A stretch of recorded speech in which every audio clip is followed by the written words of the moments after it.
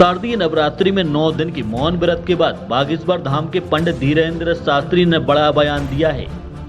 उन्होंने सरकार के सामने मांग रखी है कि भारत के विकास के लिए भारत में केवल 2 जातियां होना चाहिए। बागेश्वर बाबा ने सरकार पर निशाना साधते हुए कहा है कि सरकार को ज्यादा जाति बनाने का शौक है तो गरीब और अमीर सिर्फ 2 जाति बनाएं। उनके इस बयान के कई मायने निकाले जा रहे हैं जो अब सोशल मीडिया पर वायरल हो रहा है।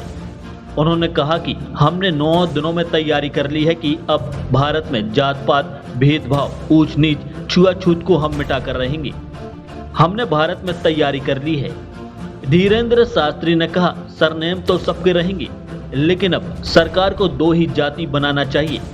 अगर सरकार को जाति बनाने का शौक है तो 2 जाति बना दी जानी चाहिए, एक अमीर की और एक गरीब की, ताकि भारत का विकास हो, भारत समृद्ध हो, ताकि गरीबों के साथ अन्याय और अत्याचार ना हो। भारत में वर्तमान में हो रहे अंधविश्वास को इसी बल पर रोका जा सकता है। कोई भी सरकार काम नहीं करेगी, अब तुम्हें खुद सरकार बनना पड़ेगा। केवल बागेश्वर बाबा हिंदू राष्ट्र नहीं बना पाएंगे, अब भारत के प्रत्येक युवा भाई बहन को बागेश्वर बाबा बनना पड़ेगा, तभी देश हिंदू राष्ट्र बनेगा।